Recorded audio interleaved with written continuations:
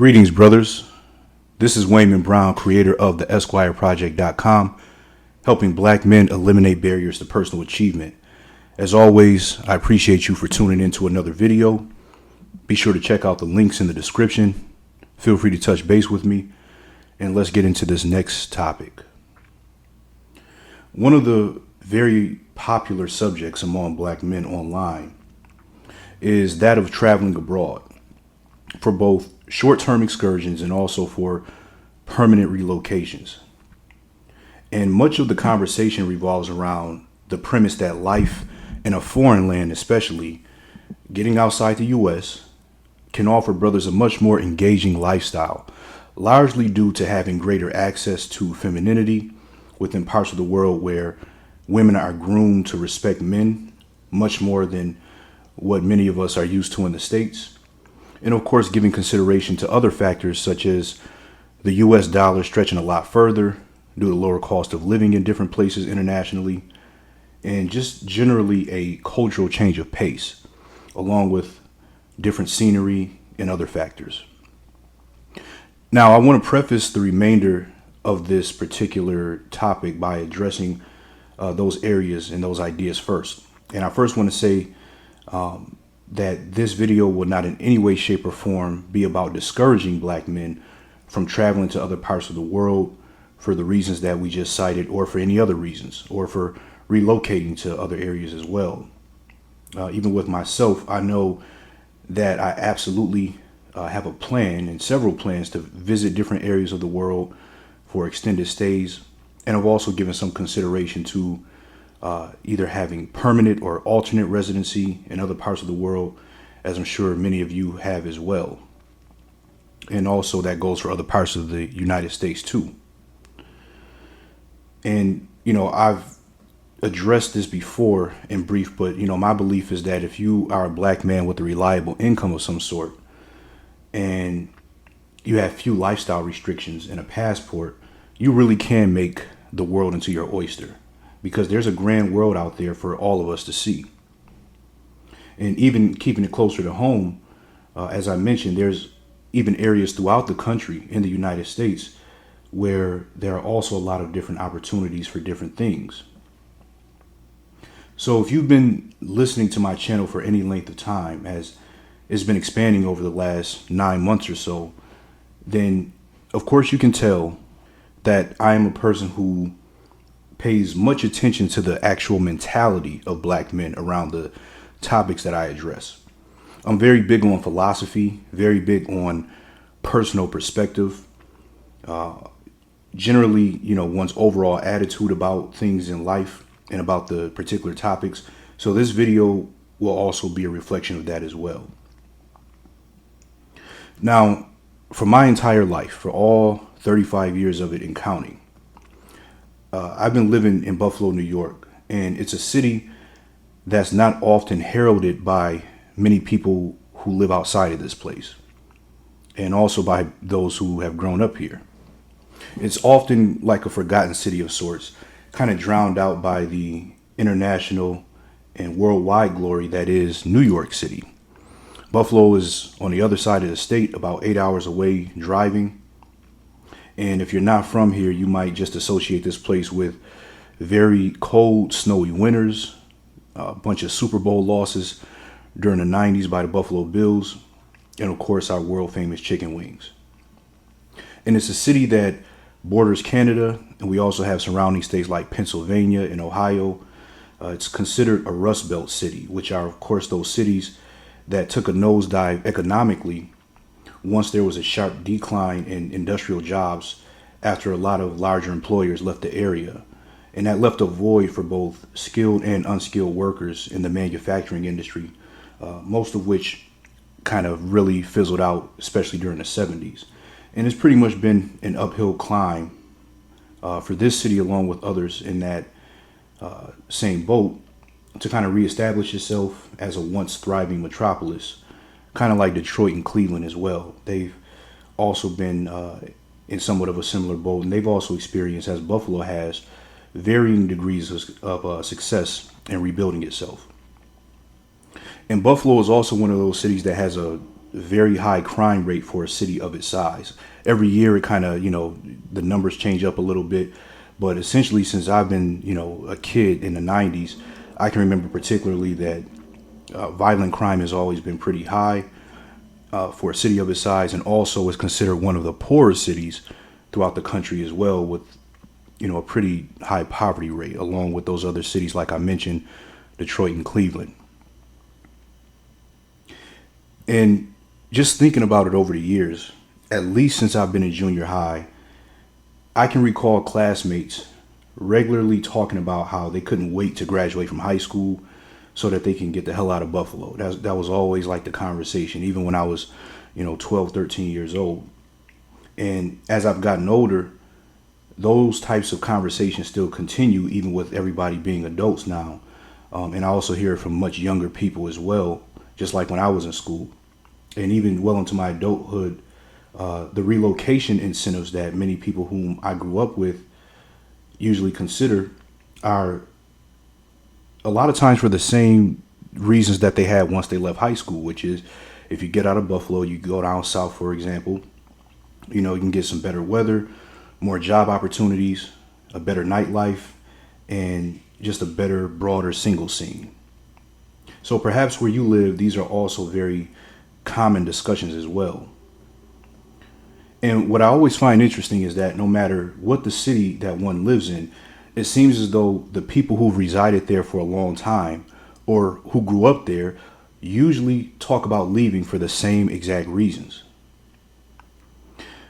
Like when I got out of high school, I remember there was a group of young people who I knew that actually lived in New York City. And, I'm like 18 or 19 at the time. And those were people who were in my peer group at the time. And a lot of times they would discuss how there was nothing to do in New York City. All they said that there was to do was pretty much go places to eat, hang out with friends, try to drink, and meet girls. Now, of course, we're talking about NYC, a place where people all over the world would break their neck to arrive there, just based on the conviction that if they just get there, then every opportunity will be available at their fingertips if they apply a very hard work ethic and network with the right people. But of course, we know that there is another factor, and that's when a person has been used to one particular area for their entire life, for the most part, it's easy to want to remove yourself from that environment because of just maybe one too many negative experiences, or you just want to get the hell out of Dodge because you just associate being where you are with kind of monotonous at this point.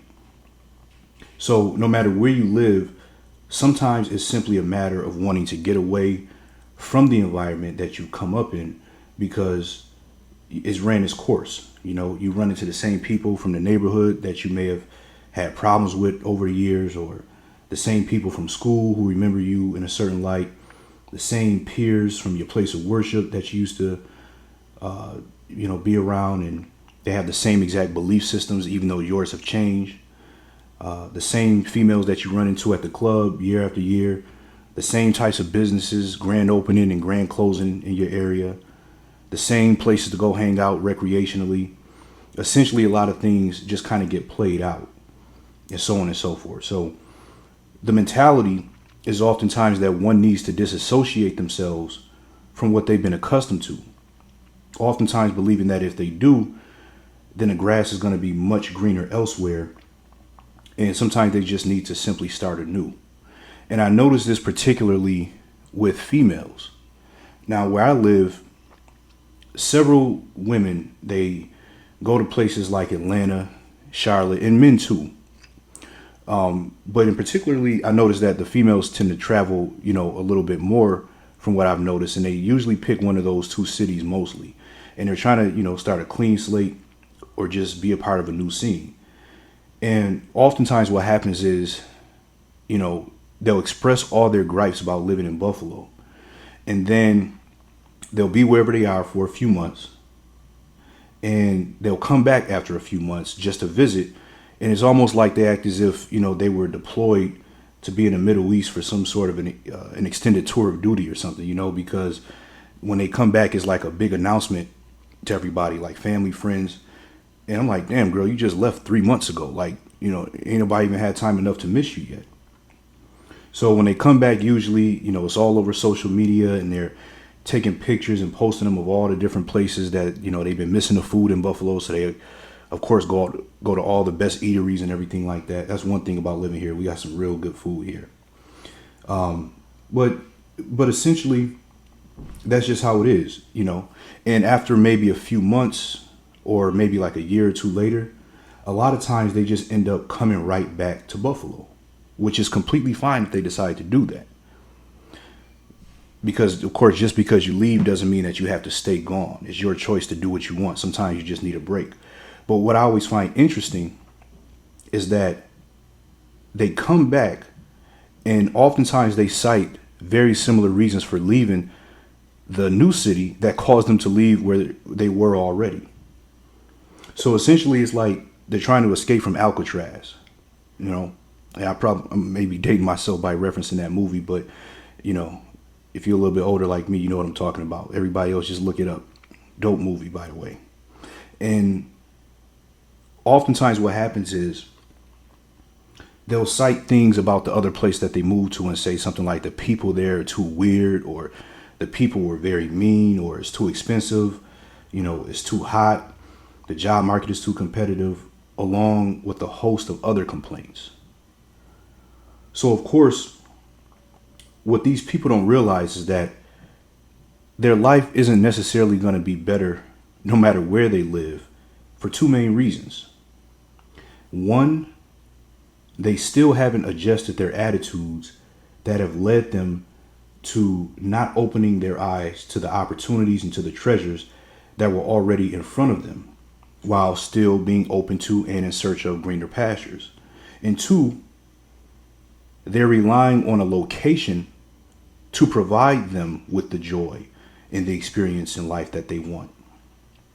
Now, again, I believe it is a very good idea to get out and see the world, see the country, and just go and get different experiences because, again, this world has a lot to offer.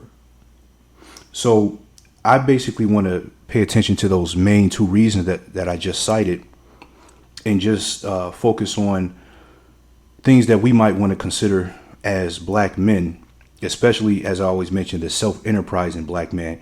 And that doesn't just apply to the marketplace, but that also means that we have the sophistication to adapt to change and to make circumstances work in our favor based on always adding to our arsenal of tools, whether that be, economically, whether that be emotionally, mentally, etc. So, discovering the treasures within your own backyard. Now, I believe that virtually all changes that we make really starts with changing our point of view. Because once we change our point of view about what we're experiencing, that is the catalyst to being able to actually change our attitude. So sometimes I go to City Hall right here where I live in Buffalo, and I go to what's known as the observation deck in City Hall. And what you do is you go inside the building and you take a set of elevators up to the 25th floor. Then you get off those elevators and you walk up about another 3 flights of stairs. And you walk into a small looking, I guess I'll call it like a little chamber type of setup of sorts. That's probably a stretch to call it a chamber. It's more or less like a platform. And when you enter this platform, you can actually walk out onto what's kind of like a small balcony. And from this balcony or this little deck, you can get a panoramic view of the city of Buffalo. So you can look over into a portion of Canada because Buffalo actually sits on the Canadian border. And you get a nice view of Lake Erie. And when I go to the observation deck, I always look around and I see so many of the familiar sightings from living here all my life. But I see them a lot differently from the observation deck. When I stretch my eyes down and I look far and wide, I can see from afar the rooftops of the houses in the area that I was born in and the area that I grew up in. And now that particular area doesn't so much look like a grim ghetto, but rather it looks like it envelops the sleeping spirit of a neighborhood that houses industrious people trying to make a way for themselves with what they have. It almost looks like it was actually built for that when I'm looking at it from the observation deck. And I see the people walking around outside, and where they normally look as though they're in a hurry or maybe just disinterested, and the people who are around them, and just maybe they're just passerbys and they're just in their own zone, just focused on themselves. And then, of course, some people, well, a lot of people always looking like they're up to no good. But now, from the observation deck, everything looks like they're moving in slower motion. Everybody's a lot smaller from up top. And from this angle, it's almost like the people don't walk as if they're as sure of themselves as they would seem if we were at eye level. From this view, they look like they're ready and willing to submit to some sort of positive leadership and that they could use some direction. And I look around and I see all the different buildings of some of our major employers that house workers. These workers who are so grateful just to get that call back for that second interview. It literally made their life, because now they can go to a place where they can sustain themselves with a modest wage. But from this view, the employers don't really look all that grand. They merely look like the result of what happens when a person, or what happens when a group of people puts their money up or puts their money together, and they come up with some ideas and say, you know what, hey, this could work. We could make a fortune off of other people's labor if we just set up shop rather. And then they went ahead and they set up shop. And when I leave the observation deck and I walk down those 3 flights of stairs and I return back to the set of elevators and I get back down to ground level and I walk out of City Hall, the energy changes. The whole vibe changes. There's a different pulse. So I grew up on what's known as the east side of Buffalo, born and raised. And of course, as I mentioned, I've been living in this city all 35 years of my life. Now, the east side is basically the hood. And Buffalo has a lot of different hoods scattered throughout the city. But the east side is the stereotypical poor black side of town. And until roughly about 5 years ago, I had only lived in the hood my entire life. But now I actually live in an area that has a lot more happening in terms of businesses and entertainment. And, you know, it's just the overall safer, more quiet area in terms of violent crimes and things like that. Essentially, one of the white people neighborhoods. So if you lived in the inner city for most of your life, and I'm sure as you've gotten older, I'm sure that many of you brothers have acknowledged that there simply is a noticeable difference in quality of life when you move out the hood. You know, we can love our people all we want, but that 10% that cause about 80% of the chaos, they can certainly contribute towards making or creating an environment in which life can be a lot more troublesome than it has to be. And I really didn't even realize how much of a break that I truly needed. Just an overall break from living among impoverished surroundings and those stricken with poverty states of mind, until I actually moved on the other side of town. And I remember I had been on the other side of town for a couple of months.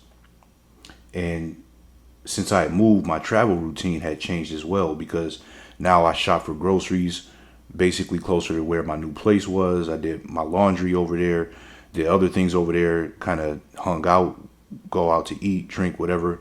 on that side of town that I had now moved on.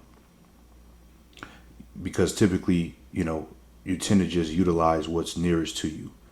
So I really didn't have much of a reason to be back in the hood like that unless I was going there on purpose.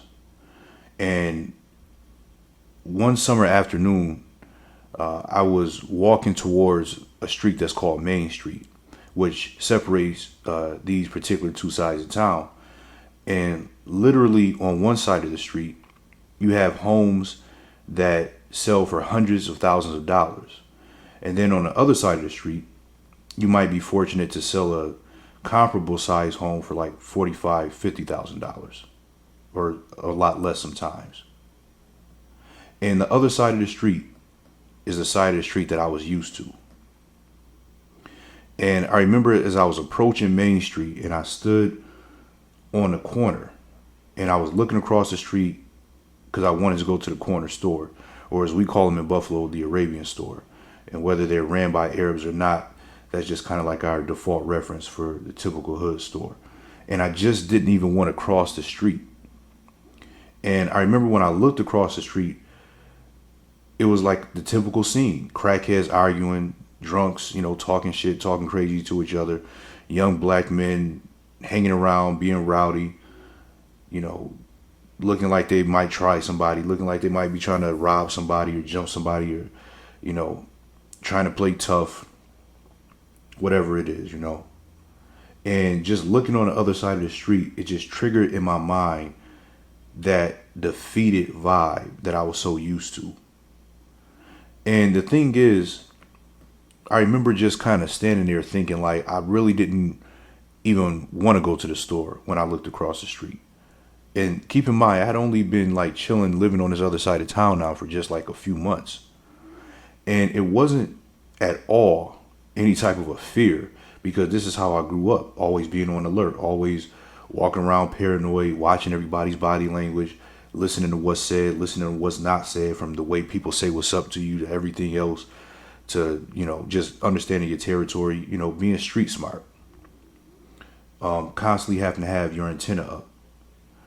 Always thinking, why is this person coming to talk to me? Are they trying to hustle me? Why is this chick looking at me, act like she's trying to flirt with me? Is she trying to get me set up to get me robbed? Just always something. Do I got to knock somebody out today? Will somebody try to take my life? Etc. Will I get shot trying to walk in the house? These are just the things that you always think about growing up in these types of environments. Your mind is always on alert. But I realized that as I was standing there, that I simply just enjoyed being able to relax my mind for just a little bit. And of course, this isn't to say that things don't happen in more affluent neighborhoods, but that familiar experience that we have, those familiar experiences are what contribute towards our perspectives. And that's why, again, broadening or changing our perspective may be part of one of the things that we need to do to actually discover the treasures within our own backyard.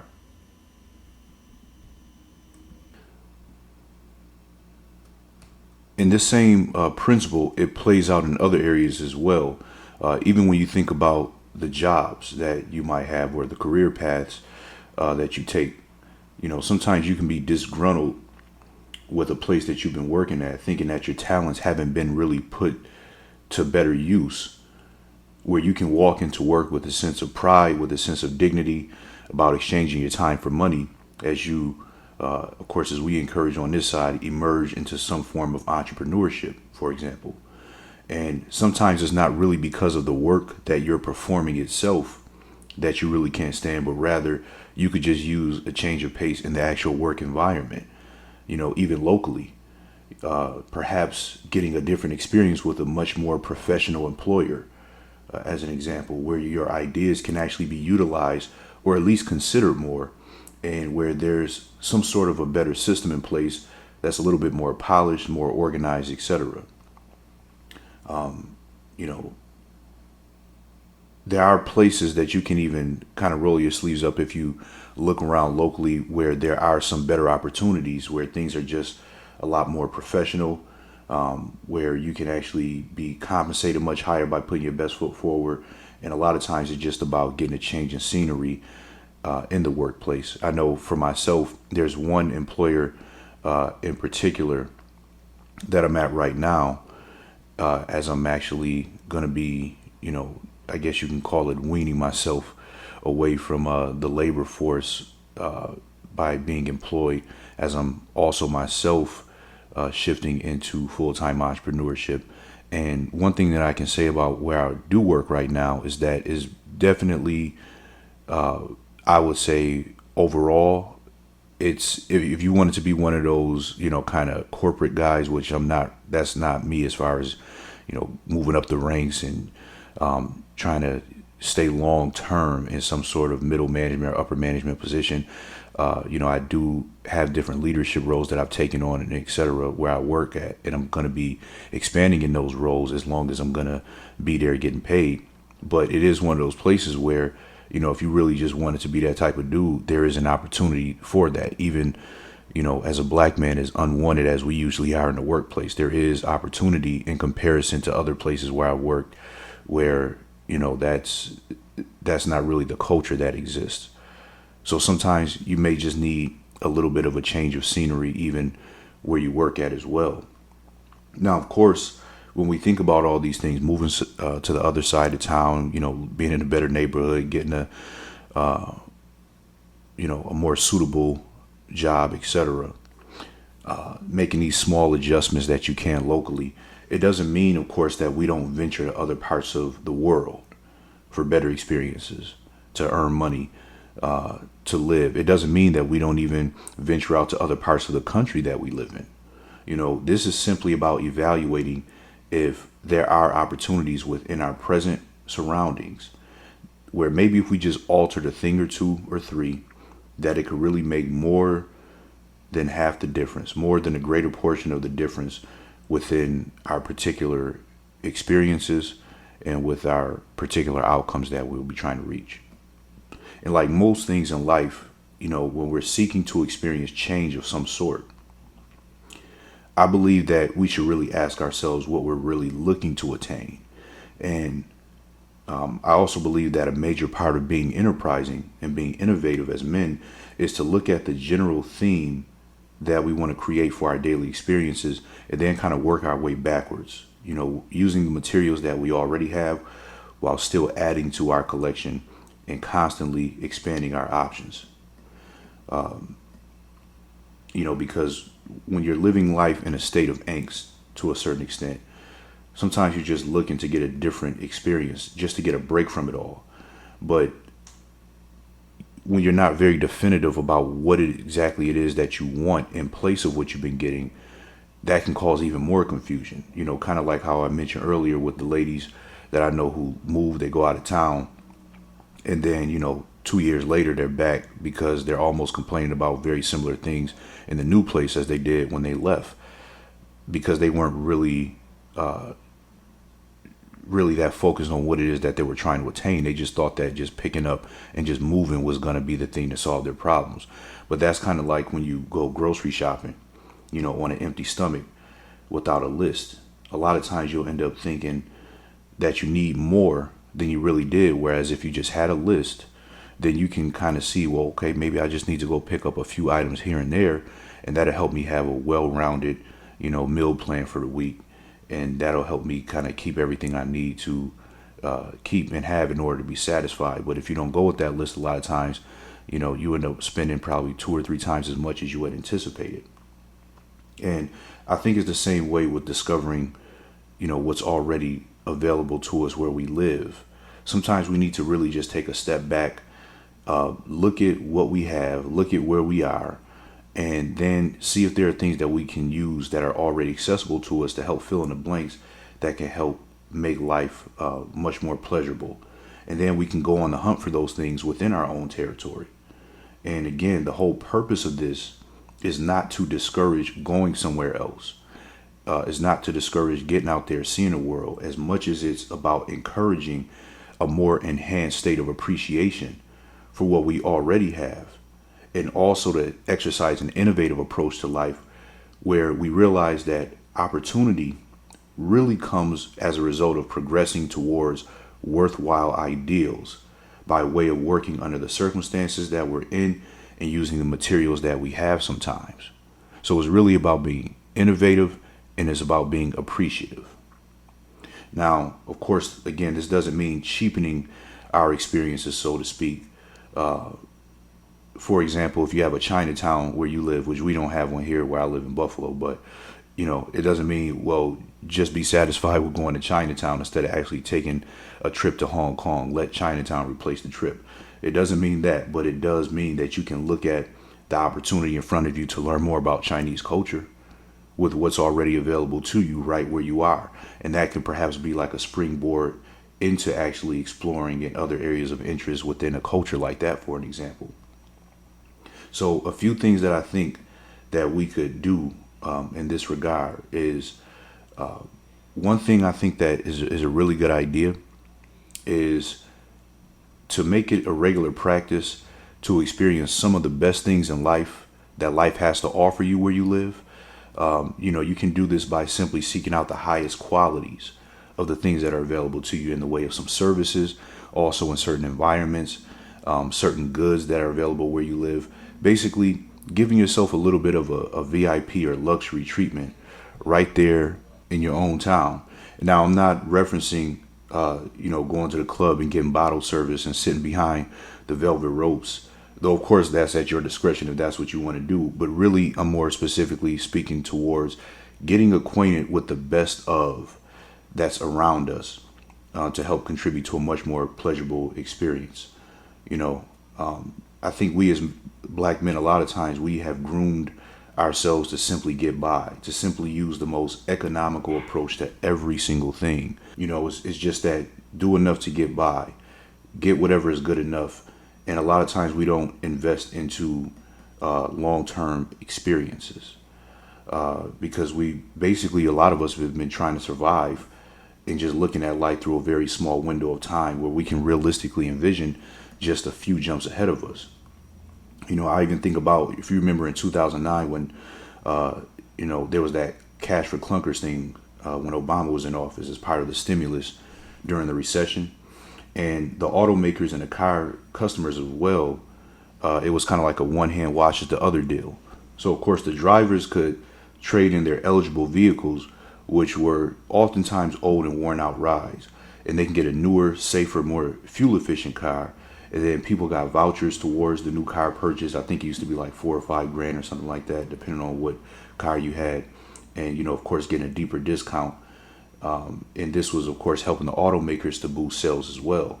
And I remember how many people, where I live at, they went out to participate in this program. And I'm sure, where you live, or perhaps you did as well. But particularly prior to that initiative, the motto, and even sometimes it still is that, but growing up, it was always, man, you don't spend that much money on a car. Get you a car for about $1,500, do a tune-up, make sure there's no check engine lights. And then if it passes inspection, you just cross your fingers that it'll last you another year. And if it breaks down, it breaks down. As long as it got you from point A to point B, it falls apart, get another one.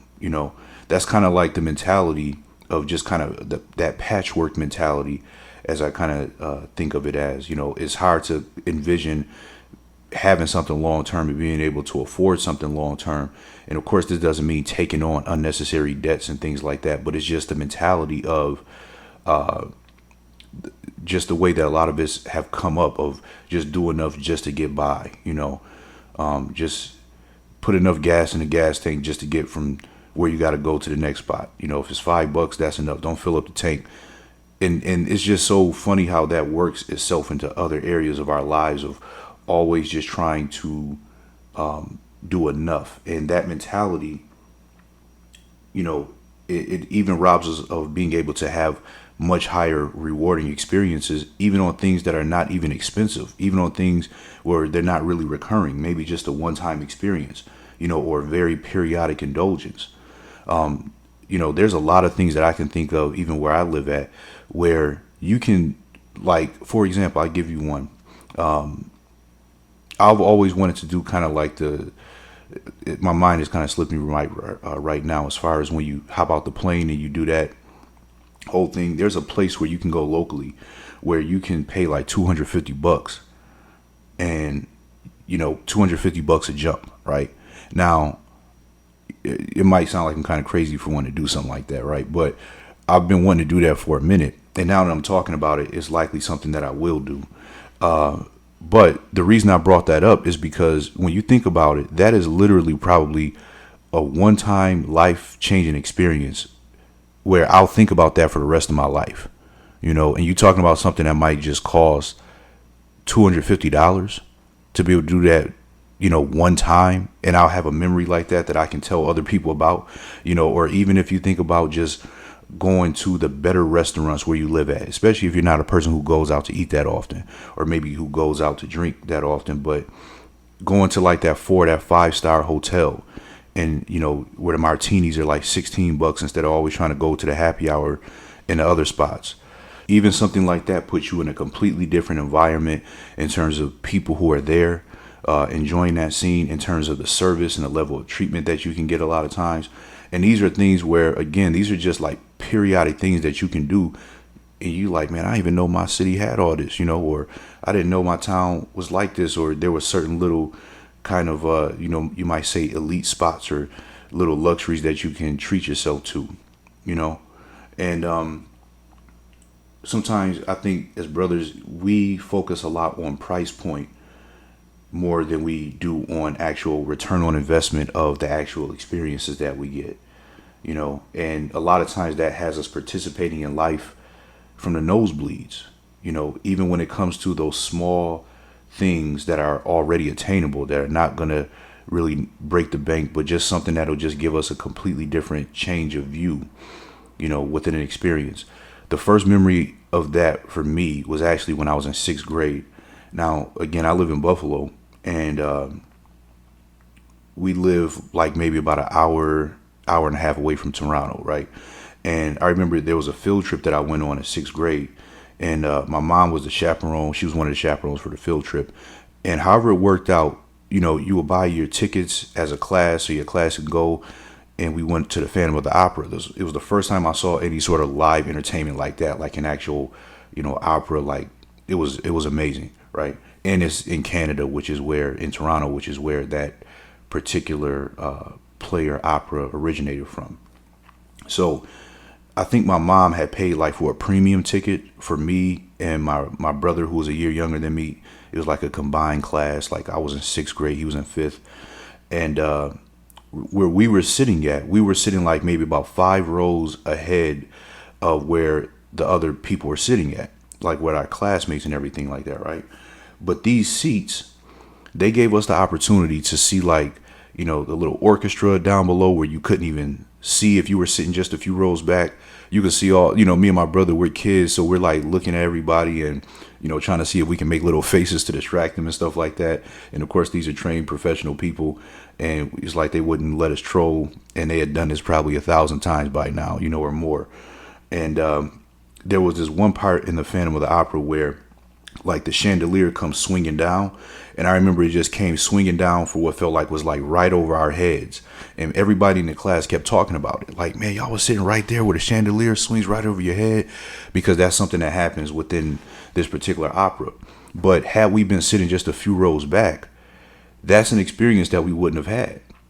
And my mother, I'm sure she couldn't have paid more than probably a $10 or $15 premium per ticket for something like that. But that little bit of a premium gave me a completely different experience that I still remember. And that was, 20 something years ago. I'm 35. That was like, I was, 12 years old when that happened. So these are just a couple ideas where, maybe for once you just need to go ahead and get the best seats in the house for the game. Maybe for once, go to that place where they treat you, like a king when you go in, and just give yourself that luxury treatment where you already live. It helps you be more appreciative of where you live, helps you understand that there are certain things that are available within your locale. And it also makes your daily experiences much more pleasurable as well. And another thing that I think that can help out too is, be a tourist where you live. it doesn't hurt to rediscover where it is that you've been, especially if you've been there for your whole life. You probably just have a certain set of things that you do over and over again. You know, you have a certain routine, but man, act like you come into your city for the first time. You know, ride a bike, drive around, take a walk. I like to actually walk every once in a while. And there's another thing that'll make me sound a little bit crazy, but I like to walk along the railroad tracks, and I'll do this in the morning time or I'll do this at night. Of course, it's not the most, it's not the safest thing to do, but I'm so used to it, and I've been doing this for years. So of course, you just got to make sure you're aware of what's going on, because where I walk rather, the trains still definitely are used on those tracks. But it's just so interesting to see what I kind of call the city in between the seams of the city, because nobody really is on the railroad tracks like that, you know. And then when I do see somebody, usually it's either somebody that's homeless. Like I've seen people sleeping out on the railroad tracks on the side. You know, you might see some deer or something like that, but it's just a very interesting walk to take. And it's almost like, you know, a little adventure that I can just take. As I'm recording this, as a matter of fact, it's a Sunday. And the last time I did that was maybe about a month and a half or 2 months ago. And I just took a really, really long walk and just enjoyed myself and just enjoyed seeing, you know, the train go by. And there were some people that I saw out there on the tracks, you know, had like a little bit of a conversation with those people. And just being able to just look at things from a different perspective just by doing something like that, you know, going on somewhat of an adventure, you know, making a science project out of your city, if you will. Do some research, you know, figure out the history, figure out the formation and how neighborhoods were formed and things like that. These are all things that you can do right where you live, and you can make life a lot more fun when you do that. Especially as a man, you know, we already have a very good sense of discovery, and we are usually individuals who want to learn, even if we weren't necessarily the biggest readers in school or whatever it may have been. But as we advance, and especially if you're a person who's listening to this channel, then, you know, self-discovery and learning is definitely something that you have to be avid about. So just a couple ideas that can help you to find a little bit more of an interest in where you already are. Also, another thing I think about is planning out your social life. You know, don't wait until the weekend to see what you're going to get into. Know ahead of time. Know a week or two or a month ahead of time what you're already going to be doing, so that you can actually look forward to something instead of hoping that something just falls into your lap. You know, you can get one of those, I'm sure where you live, they have like those little arts and entertainment papers where you can see all the different shows and all the different events and festivals and things like that are going on, little clubs that they have and things like that. Find something and just have a regular routine of looking forward to doing something, so that you know that when you're not working, whether working your business or working at a job or doing both, that after work on weekends or whatever it is, that you have something that you can already look forward to, instead of just doing the same monotonous thing. All right, well, I guess it's Wednesday and I'm bored, so let me just go to this strip club. Or I guess it's Friday and, you know, I ain't got too many things to do, so let me just hit up this other club and go get some drinks.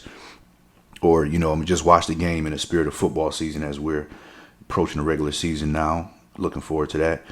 And hey, I mean, if those are things that you still want to do, that's what you want to do. But I'm more or less talking about giving yourself some things to do that you can actually look forward to. And sometimes you might even find that just having a regular routine of switching it up, like going to like a new favorite place to eat, you know, new favorite place to do this or new favorite place to do that, and just doing that on a regular, that won't even necessarily be monotonous, because that again could even be something that you look forward to, like where you can be a regular at a place, you know, get a new routine that way as well. And take pride in knowing the best places to go, you know, for art, the best places to go for museums, the best places to go for all types of things and areas of interest where you live at, so that, you know, you could put other people on. Like anytime I hear somebody say anything about Buffalo, it's funny because I was on a stream, just listening to a stream, as a matter of fact, maybe about a week or two ago, and there were two people on there talking about like the region that I live in, and immediately I got on there and I started, you know, talking about it, right? Because I'm definitely proud of where I'm from, And I automatically instantly turn into a whiz on everything Buffalo, from the housing market to weather and everything else, right? But that's just how it is. I know this place like the back of my hand. Somebody can't come in here and who's not from here and tell me more about where I live at. It's just not happening. Even people who've been living here longer than me, a lot of those people can't even do it because I study where I am. I've been everywhere there is to go here. I know this place through and through, and even still, I'm not going to say I know every single thing, but I have a very, very broad perspective on nearly every single arena of life here. So, that's something that you can do as well. Don't let other people eat your lunch, by coming to your territory, and they end up taking advantage of opportunities that you didn't take advantage of. Sometimes you'll see that happen, especially when people may come from other countries, or when they relocate. I know here where I live, a lot of people from, let's say, like New York City will move here, especially students, because school's cheaper, and then they end up staying here for a little bit afterwards. Sometimes maybe a couple years after they've been living here, just because it's a much, much lower cost of living than where they're from. And let's say if they came from Brooklyn or Queens or something like that. And sometimes they'll appreciate certain things about being here more than they did in their own city. Sometimes it's just the opposite. But the whole thing is, a lot of times other people from other places can see things that we're not seeing because, they're looking at it with a completely different new lens. So another thing I think that we can do as well is take advantage of the resources that can empower your life. Again, specifically where I live at, there are so many opportunities, particularly for things like educating yourself, continuing education programs. You can learn pretty much any skill you want to learn here for either very low cost or free, in person. They have all types of initiatives, all types of programs, all types of things where if you just maybe like took a week and you didn't, let's say if you had like your week clear from going to your 9 to 5, and instead of going on vacation somewhere, you just rolled up your sleeves and just went to different places like your city halls, going different fundraisers and things like that. You can make so many connections within that 1 week, and just gathering numbers and, talking to people. I mean, it will open up a world of complete difference to you. I went to a luncheon, I remember, a few summers ago. And I just went, it was basically like a fundraiser luncheon. I remember I went, and every who's who of Buffalo was there almost. Like all these retired executives of, the electrical companies and city workers. The mayor was there, all these different people. And I'm like, I wouldn't have even known that had I not went to something like that. And I made a lot of good business connections and other social connections just from that one luncheon, and it was like $35 or something I got in. And that's just an example of different things that are available to you, that if you just take advantage of them and get around to seeing them, then again, you can make life much more pleasurable where you already live. And sometimes you don't need a whole lot, because if your day is already 8 hours a day sleeping on average, right? And then you figure you might spend 8 hours a day working, right? So now you got approximately 8 hours a day left. All you really got to do is focus on how to make those additional 8 hours much more enjoyable, whether you have a family, whether you don't.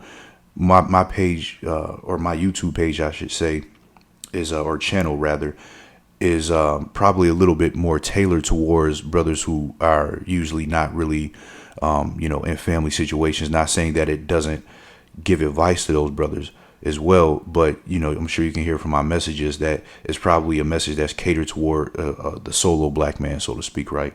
But yeah, really, that's the whole key, is like, what am I doing during these other 8 hours where I'm not providing for myself or I'm not working, and you can use portion of those other 8 hours to find another lane to provide for yourself.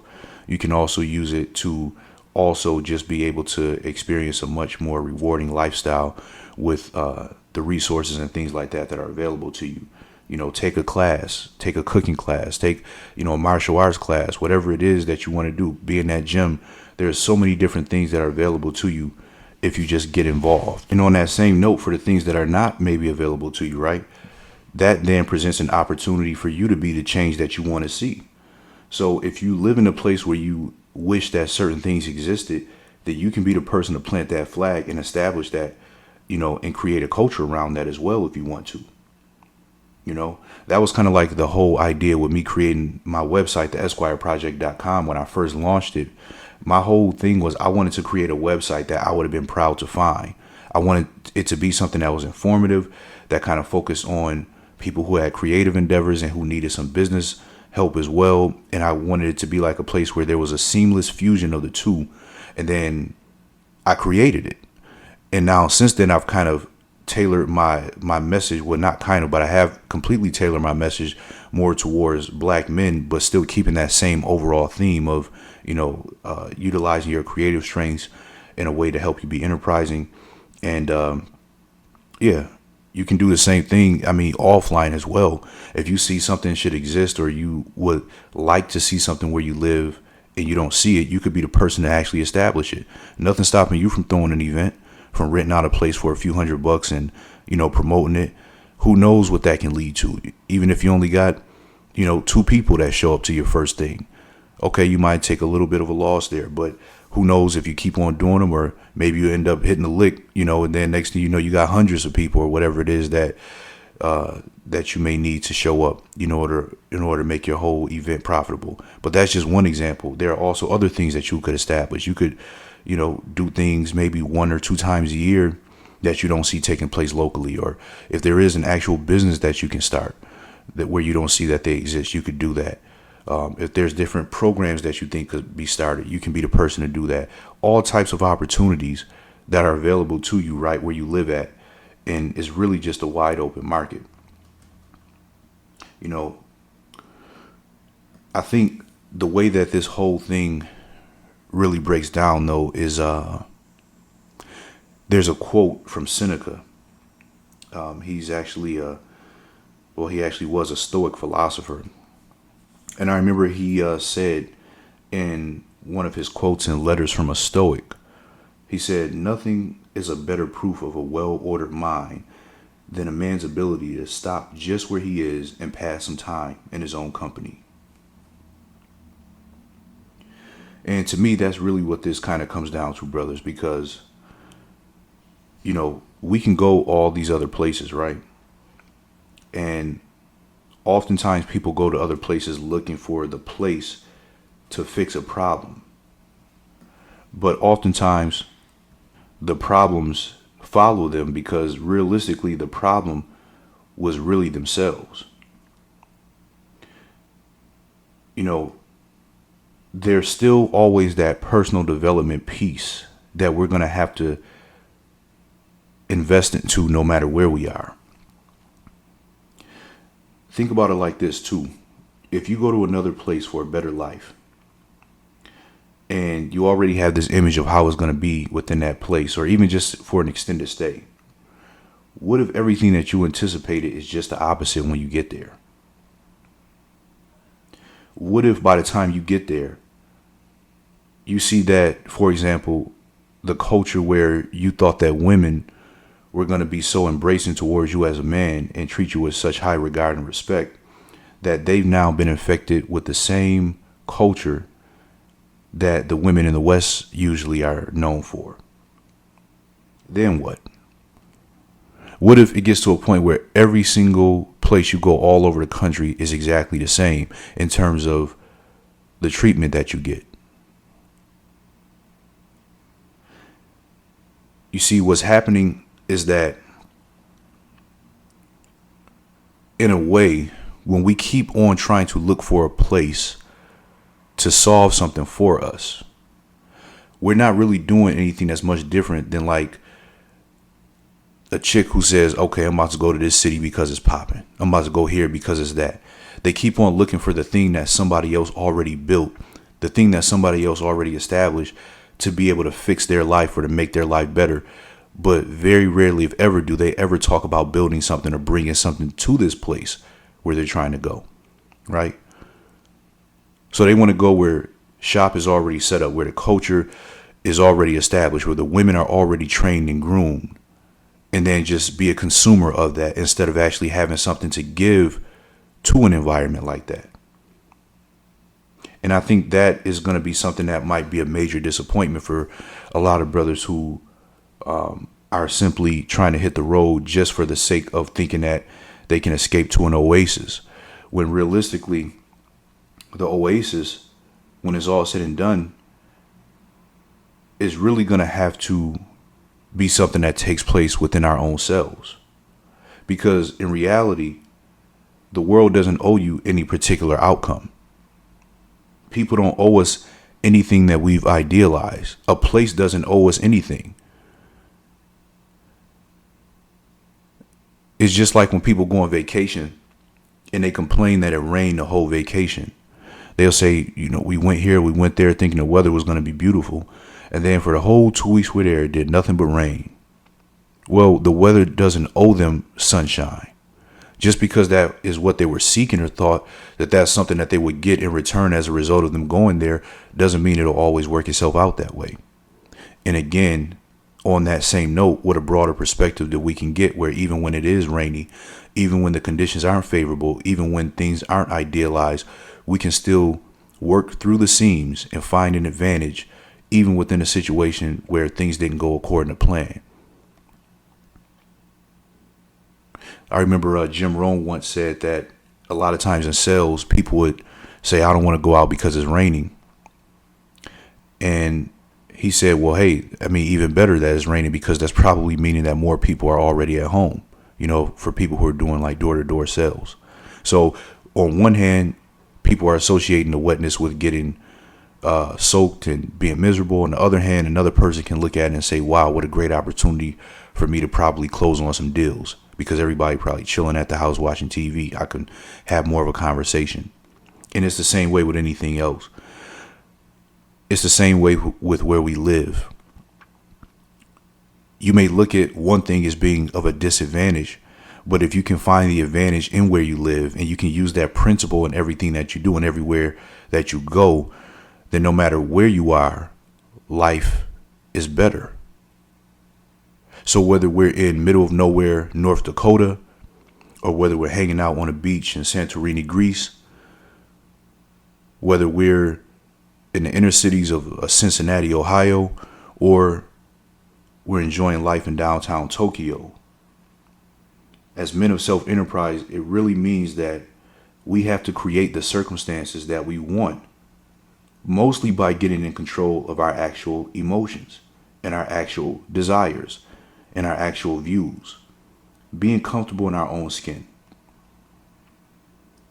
Because no matter where we are, that's the only real permanent residency that we'll ever have.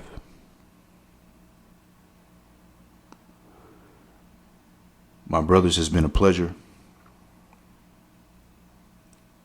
and may wisdom be with you.